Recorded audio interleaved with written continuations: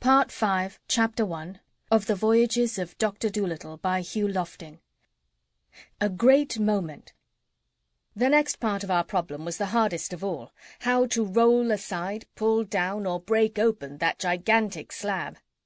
As we gazed up at it towering above our heads, it looked indeed a hopeless task for our tiny strength. But the sounds of life from inside the mountain had put new heart in us, and in a moment we were all scrambling around trying to find any opening or crevice which would give us something to work on. Chee-Chee scaled up the sheer wall of the slab and examined the top of it where it leaned against the mountain's side. I uprooted bushes and stripped off hanging creepers that might conceal a weak place. The doctor got more leaves and composed new picture letters for the Jabizri to take in if he should turn up again, whilst Polynesia carried up a handful of nuts and pushed them into the beetle's hole one by one for the prisoners inside to eat. "Nuts are so nourishing," she said. But it was Jip who, scratching at the foot of the slab like a good ratter, made the discovery which led to our final success. "Doctor," he cried, running up to John Dolittle with his nose all covered with black mud, "this slab is resting on nothing but a bed of soft earth. You never saw such easy digging.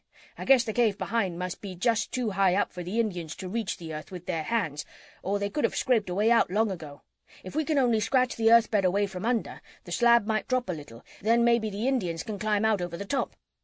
The doctor hurried to examine the place where Jip had dug. "Why, yes," he said, "if we can get the earth away from under this front edge, the slab is standing up so straight, we might even make it fall right down in this direction. It's well worth trying. Let's get at it quick." We had no tools but the sticks and slivers of stone which we could find around. A strange sight we must have looked, the whole crew of us squatting down on our heels, scratching and burrowing at the foot of the mountain like 6 badgers in a row. After about an hour, during which, in spite of the cold, the sweat fell from our foreheads in all directions, the doctor said, "Be ready to jump from under, clear out of the way, if she shows signs of moving. If this slab falls on anybody, it will squash him flatter than a pancake." Presently there was a grating, grinding sound. "Look out!" yelled John Dolittle. "Here she comes! Scatter!" We ran for our lives, outwards towards the sides. The big rock slid gently down about a foot into the trough which we had made beneath it. For a moment I was disappointed, for like that it was as hopeless as before, no signs of a cave mouth showing above it. But as I looked upward, I saw the top coming very slowly away from the mountainside. We had unbalanced it below. As it moved apart from the face of the mountain, sounds of human voices crying gladly in a strange tongue issued from behind. Faster and faster the top swung forward, downward, then with a roaring crash which shook the whole mountain range beneath our feet, it struck the earth and cracked in halves. How can I describe to anyone that first meeting between the two greatest naturalists the world ever knew, Long Arrow, the son of Golden Arrow, and John Dolittle, M.D., of Puddleby on the Marsh? The scene rises before me now, plain and clear in every detail, though it took place so many, many years ago. But when I come to write of it, words seem such poor things with which to tell you of that great occasion. I know that the doctor, whose life was surely full enough of big happenings, always counted the setting free of the Indian scientist as the greatest thing he ever did. For my part, knowing how much this meeting must mean to him, I was on pins and needles of expectation and curiosity as the great stone finally thundered down at our feet, and we gazed across it to see what lay behind. The gloomy black mouth of a tunnel, full 20 feet high, was revealed. In the centre of this opening stood an enormous red Indian, 7 feet tall, handsome, muscular, slim, and naked, but for a beaded cloth about his middle and an eagle's feather in his hair. He held one hand across his face to shield his eyes from the blinding sun, which he had not seen in many days. "It is he," I heard the doctor whisper at my elbow. "I know him by his great height and the scar upon his chin."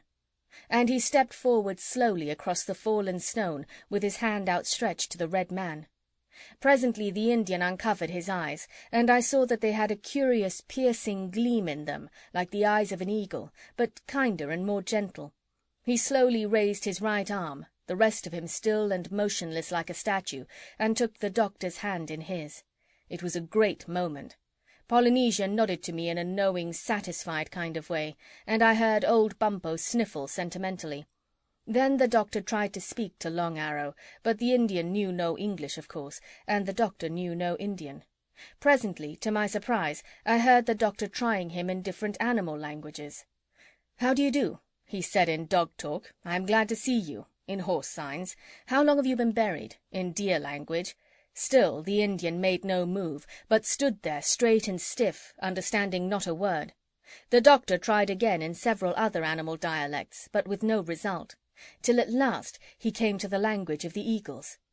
"Great Redskin," he said in the fierce screams and short grunts that the big birds use, "never have I been so glad in all my life as I am today to find you still alive." In a flash, Long Arrow's stony face lit up with a smile of understanding, and back came the answer in eagle tongue. "Mighty white man, I owe my life to you. For the remainder of my days I am your servant to command." Afterwards Long Arrow told us that this was the only bird or animal language that he had ever been able to learn, but that he had not spoken it in a long time, for no eagles ever came to this island. Then the doctor signalled to Bumpo, who came forward with the nuts and water, but Long Arrow neither ate nor drank. Taking the supplies with a nod of thanks, he turned and carried them into the inner dimness of the cave. We followed him. Inside we found 9 other Indians, men, women, and boys, lying on the rock floor in a dreadful state of thinness and exhaustion. Some had their eyes closed as if dead. Quickly the doctor went round them all and listened to their hearts. They were all alive, but one woman was too weak even to stand upon her feet. At a word from the doctor, Chi-Chi and Polynesia sped off into the jungles after more fruit and water. While Long Arrow was handing round what food we had to his starving friends, we suddenly heard a sound outside the cave. Turning about, we saw clustered at the entrance the band of Indians who had met us so inhospitably at the beach. They peered into the dark cave cautiously at first, but as soon as they saw Long Arrow and the other Indians with us, they came rushing in, laughing, clapping their hands with joy, and jabbering away at a tremendous rate. Long Arrow explained to the doctor that the 9 Indians we had found in the cave with him were 2 families who had accompanied him into the mountains to help him gather medicine plants. And while they had been searching for a kind of moss, good for indigestion, which grows only inside of damp caves, the great rock slab had slid down and shut them in. Then for 2 weeks they had lived on the medicine moss and such fresh water as could be found dripping from the damp walls of the cave. The other Indians on the island had given them up for lost and mourned them as dead, and they were now very surprised and happy to find their relatives alive. When Long Arrow turned to the newcomers and told them in their own language that it was the white man who had found and freed their relatives, they gathered round John Dolittle, all talking at once and beating their breasts. Long Arrow said they were apologizing and trying to tell the doctor how sorry they were that they had seemed unfriendly to him at the beach. They had never seen a white man before, and had really been afraid of him, especially when they saw him conversing with the porpoises. They had thought he was the devil, they said.